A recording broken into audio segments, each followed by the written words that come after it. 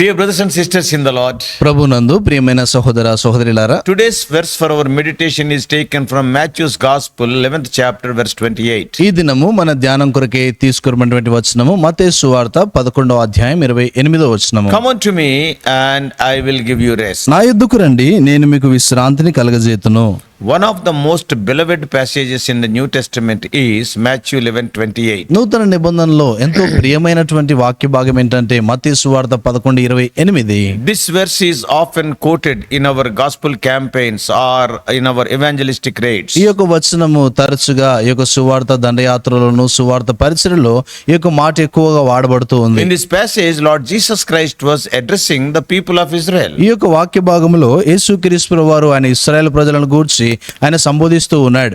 And because they were burdened and weighed down with the external traditions of Judaism. ఎందుకంటే యూదయ మతంలో ఉన్నటువంటి ఆ యొక్క బాహటమైన ఆచారాలు పద్ధతులను బట్టి ఎంతో భారంతో వారు ఉంటా వచ్చారు. They are frustrated because of the many legal do's and don'ts of the law of Moses. మోషే యొక్క ధర్మశాస్త్రంలో ఉన్నటువంటి అనేకమైన చేయాల్సినటువంటివి చేయకూడనటువంటి ఆ విషయాలను బట్టి ఎంతో భారంతో వారు విసుగు చెందుతా వచ్చారు. As they could not fulfill all those, they were filled with fear, guilt and discouragement, etc.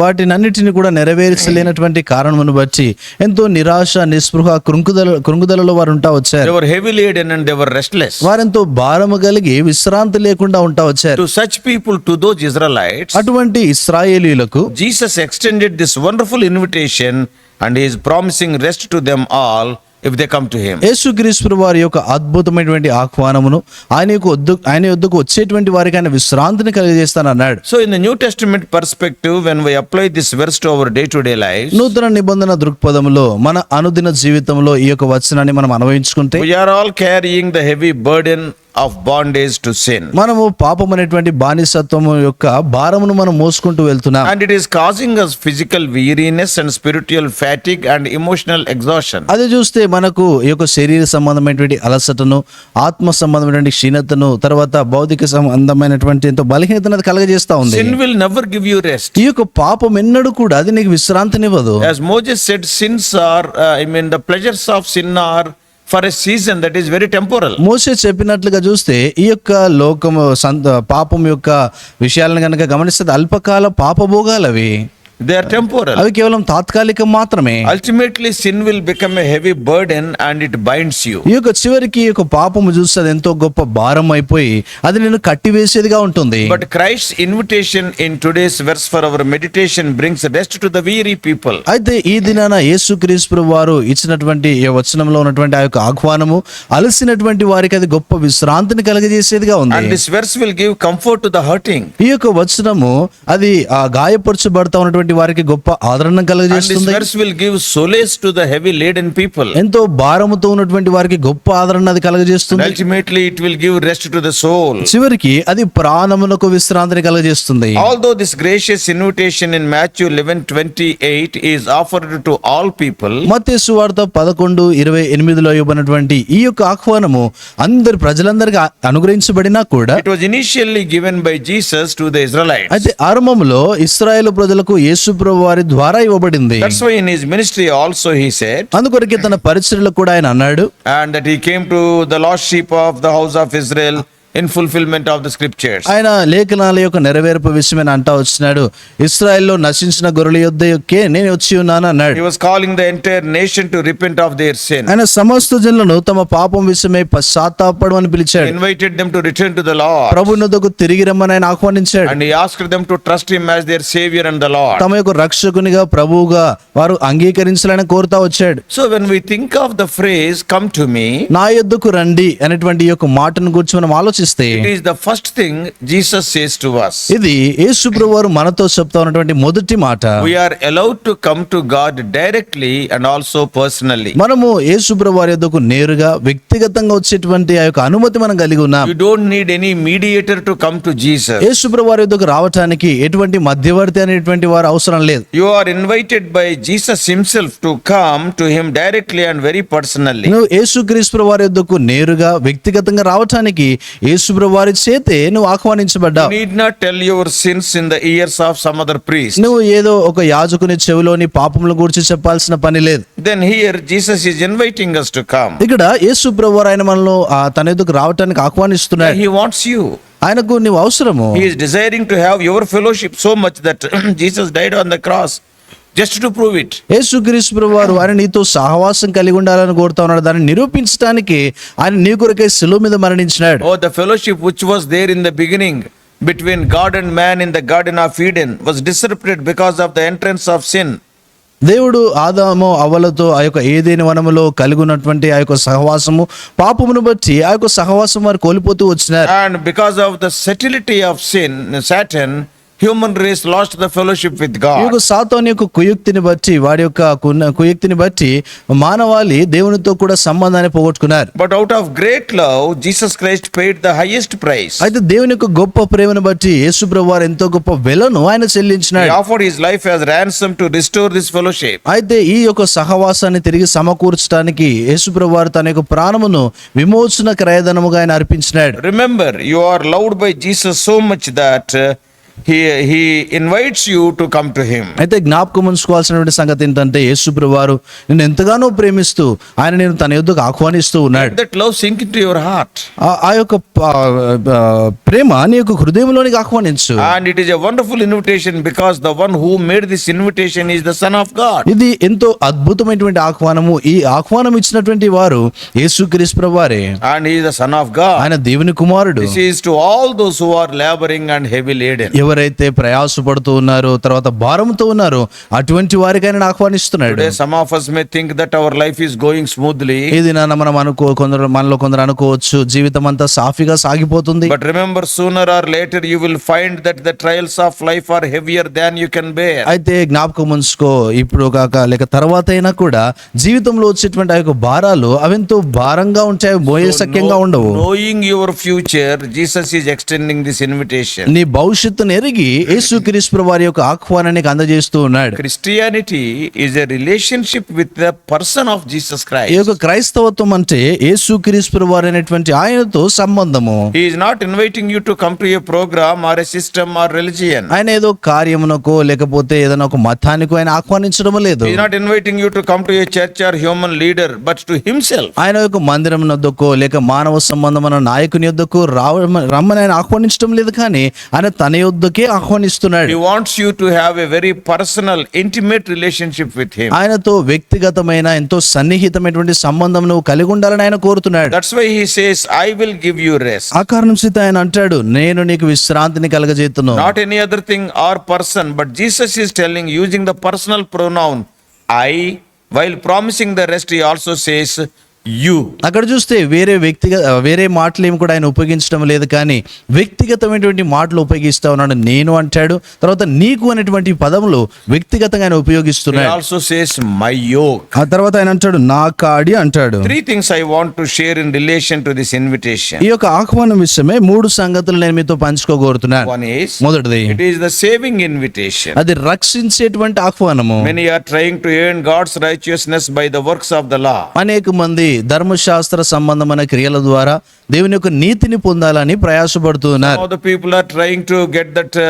through their good deeds. కొద్దిమంది తమ యొక్క మంచి కార్యాల ద్వారా పొందాలని ప్రయాసపడుతున్నారు. The rich young ruler who came to Jesus was a righteous man in the sight of the world. ధనవంతుడైనటువంటి నాయకుడు చూస్తే ఆయన లోక సంబంధమైన విధానంలో ఎంతో మత సంబంధమైన వ్యక్తిగా ఉన్నాడు. Because he lived in strict conformity to the law of Moses. ఎందుకంటే మోషే ధర్మశాస్త్రం విషయమై ఎంతో నిష్ట కలిగి జీవించినాడు. But he knew something was missing, that is eternal life was missing. అయితే తన యొక్క జీవితంలో నిత్య జీవం అనేటువంటిది అది లేదనేటువంటి సంగతి తనకు తెలుసు. So this invitation from Jesus is for salvation, and it is a saving invitation. యేసుక్రీస్తు ప్రభువారు ఇచ్చినటువంటి ఈ యొక్క ఆహ్వానము అది రక్షించేటువంటి ఆహ్వానంగా అది ఉంటా వచ్చింది. Not only it is a saving invitation, అది రక్షించేటువంటి ఆహ్వానం మాత్రమే కాదు, secondly it is a sanctifying command. రెండోదిగా చూస్తే అది పరిశుద్ధపరిచేటువంటి ఆజ్ఞ. Take my yoke upon you and learn of me. నా కాడి మీ మీద ఎత్తుకొని నా యొద్ద నేర్చుకుని అంటాడు. This brings you closer to Jesus, ఇది యేసు ప్రభువారికి నేను ఎంతో సమీపంగా తెస్తుంది. and we will be made more like him as we obey him. him. మనము ఆయనకు విధేయత చూపించిన కొలది ఆయనను పోలి మనం ఉంటాం. When two oxen are under the same yoke, రెండు ఎద్దులు అవి ఒకే కాడి కింద ఉన్నప్పుడు they have to walk alike. అవి రెండు ఒకే మాదిరి నడవాలి. And they have to do all the other things also alike. ఇతర సంగతులు అన్ని కూడా అవి రెండు ఒకేలాగా So చేయాలి. it is a sanctifying command. అది పరిశుద్ధపరిచేటువంటి ఆజ్ఞ. And thirdly, మూడోది it is a satisfying promise. అది తృప్తిపరిచేటువంటి వాగ్దానం కూడా. He wants to give rest. ఆయన విశ్రాంతిని ఇవ్వగోరుతున్నాడు. He is meek and lowly. ఆయన సాత్వికుడు, దీన మనసు గలవాడు. You come under the yoke of Jesus. యేసుప్రభువు వారి యొక్క కాడి కిందకి వచ్చినప్పుడు He give you rest means he will carry your burden also. ఆయన నీకు విశ్రాంతిని కలగజేస్తాడంటే నీ యొక్క భారమును కూడా ఆయన మోస్తాడు. He is not like those unjust Egyptian taskmasters. ఆ యొక్క ఐగుప్తులో ఉన్నటువంటి అన్యాయపు ఆ యొక్క పని జరిగించేటువంటి వారి వల్ల ఆయన లేడు. If we see these truths from another angle, వేరే కోణములో గనక ఈ సత్యాలను మనం చూస్తే, come to me speaks of relationship. నా యుద్ధకు రండి అనేటువంటి మాట సంబంధాన్ని గురించి మాట్లాడుతా ఉంది. Yield to me speaks of partnership. నాకు విధేయత చూపించడం అంటే అది తనతో కూడా పాలిభాగ స్థితిని గురించి మాట్లాడుతా ఉంది. Learn of me speaks of discipleship. నా యుద్ధ నేర్చుకునడే అంటే అది శిష్యత్వమును గురించి మాట్లాడుతా ఉంది. Wonderful thing. అది ఎంత అద్భుతమైన విషయం. Relationship, సంబంధము, partnership, తర్వాత పాలిభాగత్వము, తర్వాత శిష్యత్వము. So therefore, dear brothers and sisters, కాబట్టి ప్రియమైన సోదర సోదరులారా, this invitation to come is from Jesus. నా యుద్ధకు రండి అనేటువంటి ఈ యొక్క ఆహ్వానం అది యేసు ప్రభువు వారు ఇస్తూ It ఉన్నటువంటిది. contains no limitations or no restrictions. దీంట్లో హద్దుబాట్లు గాని ఎటువంటి మినహాయింపులు గాని ఏమి లేవు. He will turn no one away. ఆయన ఎవరిని కూడా ఆయన పారద్రోలేటువంటి వాడు కాదు. There is no need to stand afar off because Christ calls all to draw close to him. దూరముగా నిలబడాల్సినటువంటి అవసరం లేదు. ఎందుకంటే యేసు ప్రభువు వారు అందరినీ కూడా తన యుద్ధకు రమ్మని పిలుస్తా ఉన్నాడు. He alone can lift the heavy yoke of bondage to sin. ఆయన మాత్రమే ఇక పాపం అనేటువంటి భారభరితమైన ఆ కాడిని లేవనెత్తగలడు. He knew that burden is weighing you down and burdening your heart. ఆ యొక్క భారము నిన్ను క్రిందికి అణచివేసి ఆ భారము నిన్ను ఇంకా కృంగుదల్లోనికి నడిపిస్తా ఉందని He తెలుసు. alone can heal the broken hearted. ఆయన మాత్రమే గాయపరచబడిన ఆ యొక్క హృదయంలో బాగు చేయగలడు. He alone can rescue those that are perishing and set the captive free. ఎవరైతే నశించిపోతా ఉన్నారో వారిని రక్షించడానికి, చెరలో ఉన్నటువంటి వారిని విడుదల చేయడానికి ఆయన మాత్రమే సరిపోయినవాడు. Therefore come just as you are. కాబట్టి ఆయన ఎందుకు నువ్వు ఉన్న పాటున ఆయన ఎందుకు రా. He will give you eternal rest which is beyond our understanding. ఆయన నీకు నిత్యమైనటువంటి విశ్రాంతిని కలగజేస్తాడు. అది మన గ్రాహ్యానికి మించింది. It is free. అది ఉచితమే. May God help every one of us to enjoy that rest. ఆ యొక్క విశ్రాంతిని ఆనందించడానికి ప్రభు మనలో ప్రతి ఒక్కరికి కూడా సహాయపడును Oh, may గాక. God bless you. దేవుడు మిమ్మల్ని దీవించును గాక. Accept this wonderful ఈ invitation యొక్క అద్భుతమైనటువంటి ఆహ్వానాన్ని అంగీకరించు. and enjoy the rest from all the burdens of this life. ఈ జీవితం ఉన్నటువంటి అన్ని భారాల నుండి కూడా నువ్వు విశ్రాంతిని పొందు. Jesus is telling you, I will carry you. యేసు ప్రభువు అంటారు, నేను నిన్ను ఎత్తుకుందును అంటాడు. As the mother eagle carries the eaglets. ఆ యొక్క తల్లి ఆ యొక్క పక్షిరాజు ఏ రీతిగా అయితే తన పిల్లల్ని ఎత్తుకుంటుందో You want to carry you. ఆయన నిన్ను ఎత్తుకోగోరుతున్నాడు. Throw your burden upon him. నీ యొక్క భారమును ఆయన మీద ఉంచు. Get the rest in Lord Jesus. యేసు ప్రభువు నందు విశ్రాంతిని పొందు. Eternal life is free. నిత్య జీవం అది ఉచితమే. Accept him. అది అంగీకరించు. Shall we pray? ప్రార్థన చేస్తాం. Father, we praise thee for this wonderful invitation from the very Creator. తండ్రి, సృష్టికర్త నుండి వచ్చినటువంటి ఒక అద్భుతమైన ఆహ్వానాన్ని బట్టి వందనాలు. The King of Kings and Lord of Lords is inviting us. రాజుల రాజు, ప్రభుల ప్రభు ఆయన మమ్మల్ని Oh ఆహ్వానిస్తున్నాడు. Lord, he wanted to develop a relationship which we lost. తండ్రి, మేము పోగొట్టుకున్నటువంటి ఆ యొక్క సంబంధాన్ని తిరిగి ఆయన అభివృద్ధి పరచగోరుతున్నాడు. Not only relationship, he wanted to bring us into the partnership. సంబంధం మాత్రమే కాకుండా పాలిభాగస్తుల యొక్క స్థితిలోనికి తేగోరుతా Also ఉన్నాడు. the discipleship. తర్వాత శిష్యత్వంలోనికి తేగోరుతున్నాడు. Thank thee for this wonderful saving invitation. తండ్రి, యొక్క అద్భుతమైన రక్షించే ఆహ్వానాన్ని బట్టి వందనాలు. And also we thank thee for this sanctifying command. When we come under the yoke, we can talk and walk like Jesus. తండ్రి, యొక్క పరిశుద్ధపరిచేటువంటి ఆజ్ఞను బట్టి కూడా ఎంతో వందనాలు.